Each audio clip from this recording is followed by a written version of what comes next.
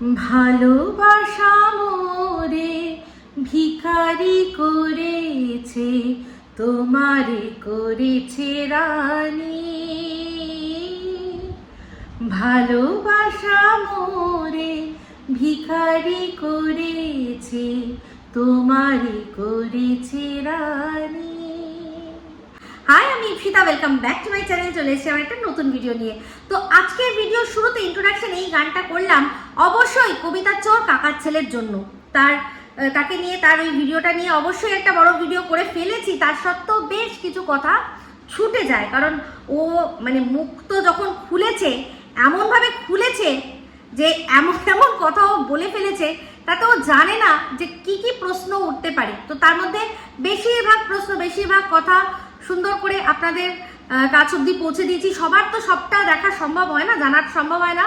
আমি চেষ্টা করেছি বেশ পুরনো জিনিসগুলো, যাতে যাদের কোনো মাথায় যে জিনিসটা উড়ে গেছে, সেটা ভুলে গেছে, সেগুলোও যাতে সব আবার নতুন করে এক জায়গায় করে কি করেছে এই টিন আর সন্দীপের সম্পর্কের মধ্যে, তাদের এই যে দাম্পত্যে যে অশান্তি, তার মাঝখানে এই ঢুকে, এই কবিতা চোর কাকার ছেলে ঢুকে কিভাবে তার ফায়দাটা লুটেছে, সেটাই একটু মনে করিয়ে দিতে চেয়েছি ওকেও আর দর্শকদের।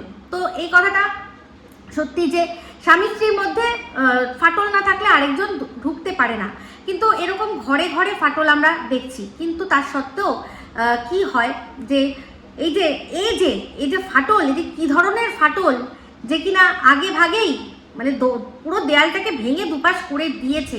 সেই জন্য এই ফাটলটা ভরার রাস্তা, ওদের ওই ফাটলের মধ্যে যে একটা ব্রিজ, আমাদের সোনা বাবা তার থেকেও দূরে যেহেতু সরে গেছে, তাই সেই ফাটলটা জোড়ার মতো জায়গা আসেনি।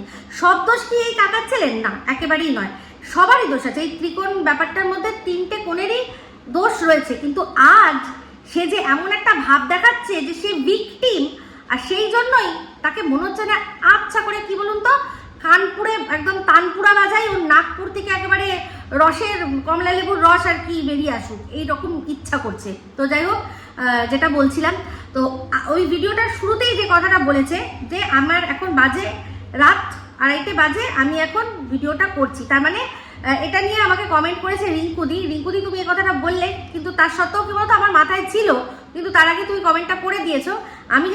তোমার সাথে আমি সহমত যে ওইটাই বোঝাতে চাইছে যে রাত 2:30 বাজে। দেখো, আমি কিন্তু তথাকথিত যে বড় ব্লগার, ওর কথা অনুযায়ী সেই বড় ব্লগারের সাথে নেই, আমি আমার বাড়িতেই রয়েছি। শোন, এইটা না কাকা ছেলে তোর তখন করা উচিত ছিল, যখন ও নিজের বাপের বাড়ি থেকে আলাদা হয়ে সরে এসে বান্ধবীর সাথে রাত কাটাচ্ছে বা দিনের পর দিন অন্য একটা জায়গায় রয়েছে, তখন তোর বলা উচিত ছিল যে রামচন্দ্র দাদা, আপনি কিন্তু ভুল বুঝবেন না, আপনার সীতা একদম সুন্দর, একদম অক্ষত অবস্থায় রয়েছে, আমি রাবণ অন্য জায়গায় রয়েছি। তো তখন এটা বলা উচিত ছিল। তখন তুই কি করেছিস না, বিভিন্ন চ্যানেলে গিয়ে এইটা বিবৃতি দিয়েছিস যে তুই ওকে রেখে দিয়েছিস। তাহলে বল, কোনো হাজবেন্ড এই কথাটা শোনার পরও তার কি মনে হবে যে সম্পর্ক জুড়ে নি? কিন্তু তার সত্ত্বেও সে কিন্তু চেষ্টা করেছিল।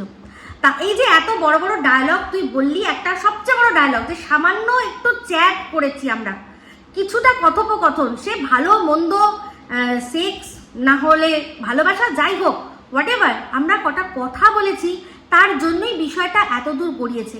তোকে একটু মনে করিয়ে দিই, কারণ এটার সুযোগ কিন্তু তুই করে দিয়েছিস কাকার ছেলে। কি বলতো, তো তোকেও তো তোর বউ শুধুমাত্র একটা চিঠি লিখেছিল যে আমি কি পারি, আমাকে কি তুমি পারমিশন দেবে, আমাকে কি তুমি একটুখানি অনুমতি দেবে, আমিও কারোর সাথে প্রেম করতে চাই, মন খুলে কথা বলতে চাই, আমাকে কি তুমি এই পারমিশনটা দেবে?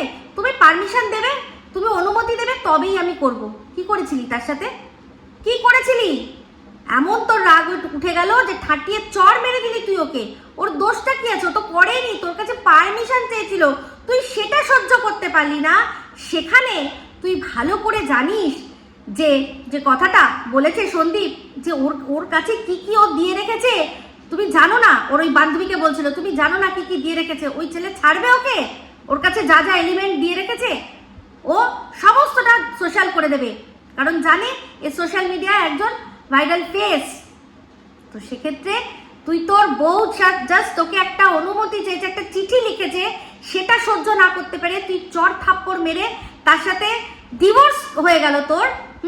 আর সেখানে তুই বলছিস যে কটা কথা বলেছে যে কিনা তার 5 বছরের বৈবাহিক জীবন, তার একটা 2.5-3 বছরের ছেলে, সেই সমস্ত সংসার দেখছে মিথ্যে। এতদিন যা জেনেছি, যা করেছি, নিজেরাই বসে বলেছিল তোমরাই এবার বিচার করো এটা আমাদের ভালোবাসার বিয়ে নাকি সম্বন্ধর বিয়ে।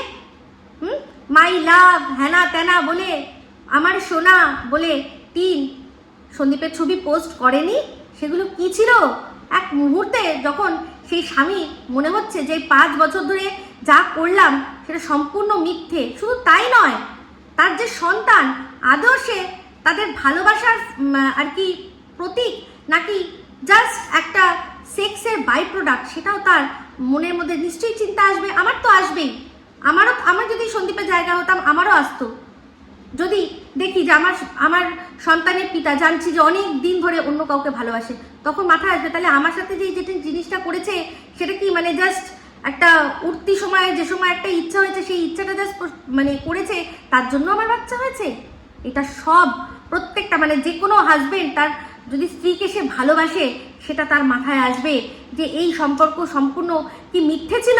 তার জায়গায় দাঁড়িয়ে কখনো চিন্তা করেছিস? বেচু বেচু বলছিস তাকে, সে বেচে, সে কি বেচেছে, কি বেচেছে? আজকে যেটা আমি বলেছিলাম, আগের ভিডিওতেও বলেছিলাম যে টিন ছিল হচ্ছে একটা বাগানের সুন্দর ফুল।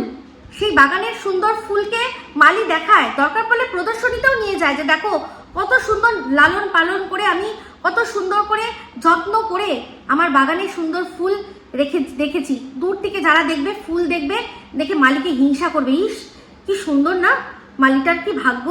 কিন্তু মালির অনেক খাটনি ছিল।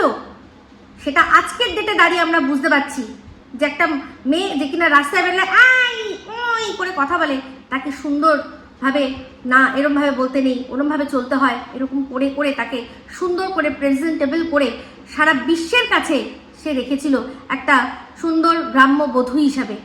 কি করলি, কি করলি? তার যে হাতটা এসে ধরলি, সেও যে বড় বড় করে লিখে দিল তোর হাতটা ধরেছে, তারপর ধরে তুই কি দিতে পেরেছিস ওকে জীবনে? কি দিতে পেরেছিস?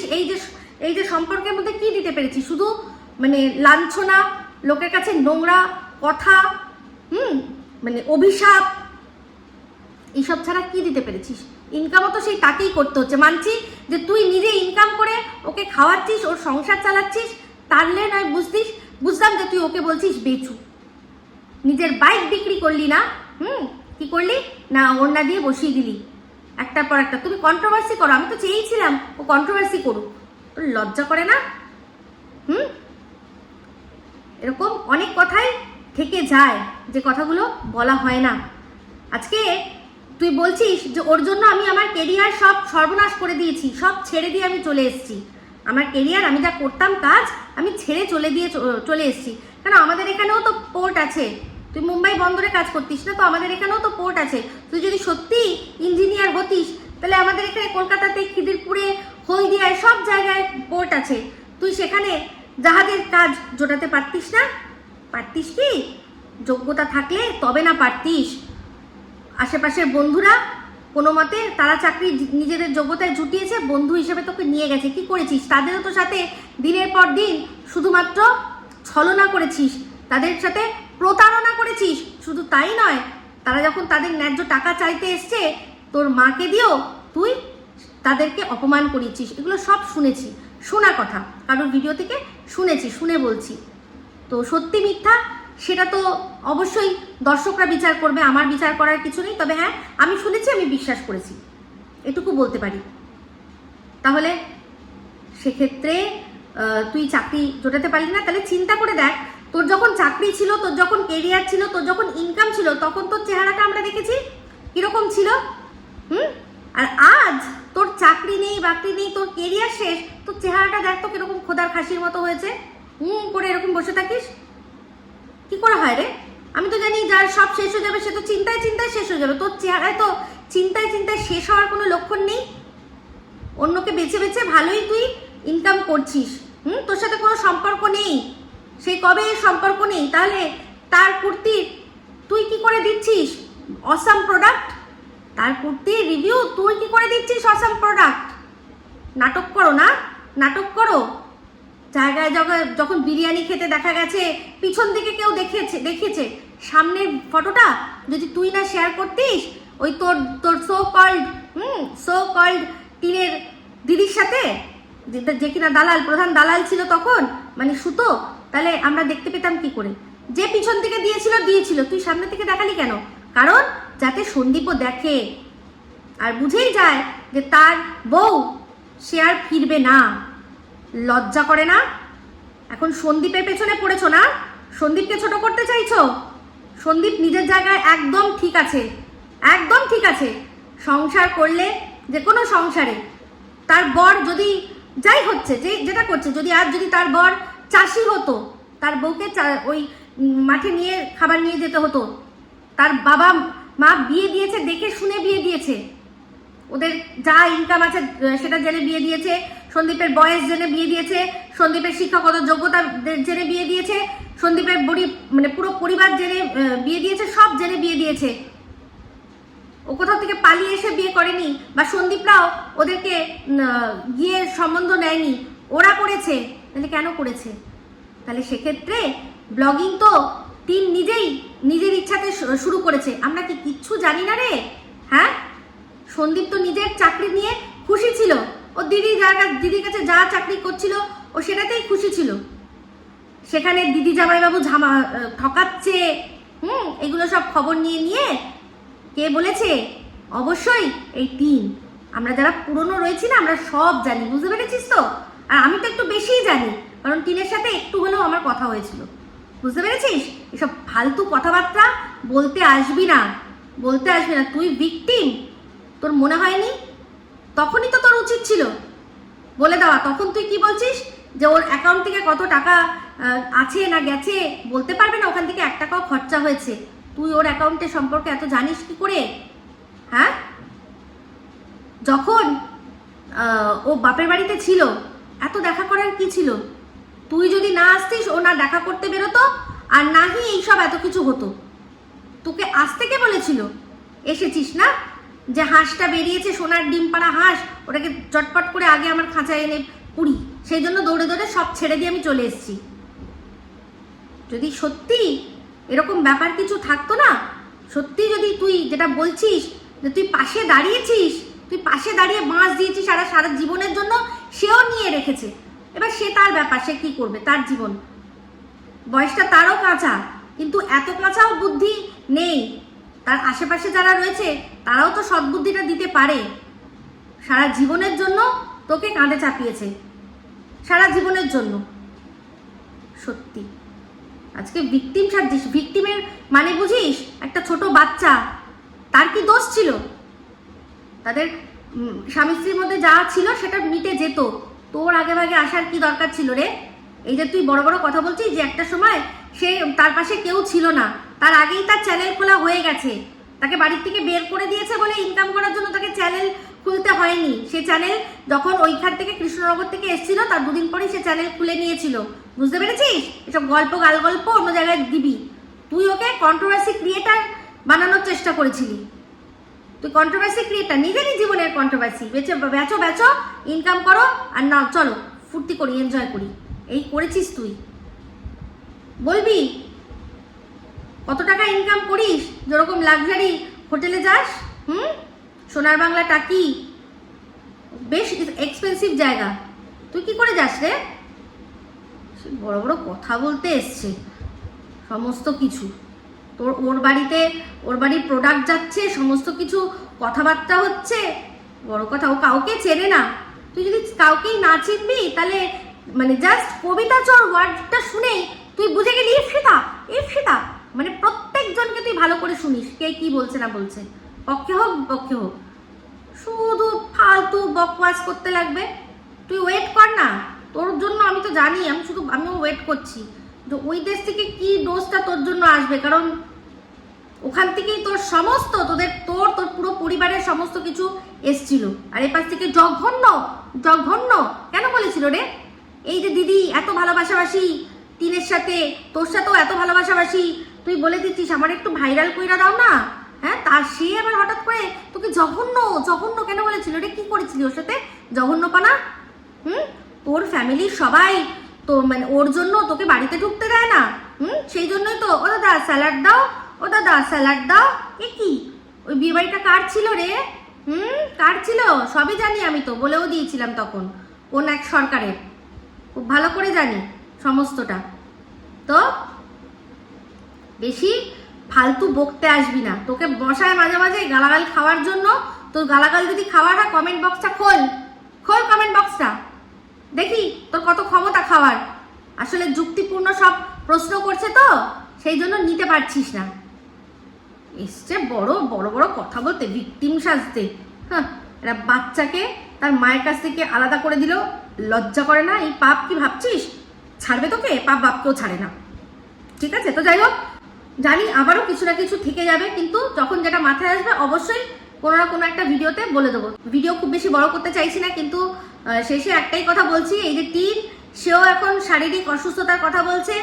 লাইভ তো করেছে ঠিকই আছে, এখন এই যে উইকটা চলছে না, সেই উইক চলার জন্যই এখন হুট করে দেখবেন সব হাপিস হয়ে যাচ্ছে। এটাও আমাকে কমেন্টে কে লিখেছে, নমিতা লিখেছে, যে এখন এই 14 তারিখ মানানো হবে তো, তাই জন্য সব অসুস্থ, একজন অসুস্থ, একজনের সাথে একজনের সম্পর্ক নেই।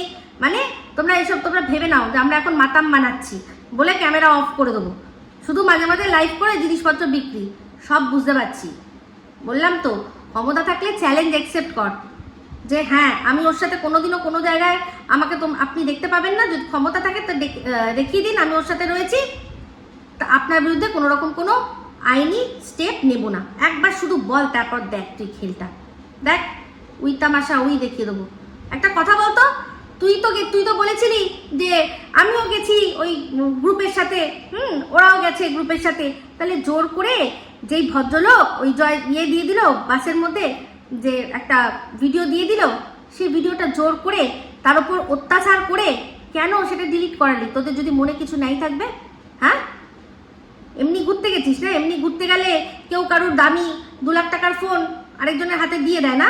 নাটক করো না তো। বললাম না, কানপুরে দেবো একদম, কানপুরে বাজাবো তানপুরা, একদম নাগপুর থেকে দেখবি টস করে বেরোচ্ছে, বুঝতে পেরেছিস? তো যাই হোক বন্ধুরা, এই বলে ভিডিওটা এখানে এন্ড করছি। তো এই ভিডিওটা ভালো লাগলে লাইক শেয়ার কমেন্ট করতে ভুলবেন না, যারা চ্যানেলটা সাবস্ক্রাইব করেননি তারা সাবস্ক্রাইব করে নেবেন। সবাই ভালো থাকবেন, সুস্থ থাকবেন, আবার আসি খুব শীঘ্রই এক নতুন ভিডিও নিয়ে। টাটা।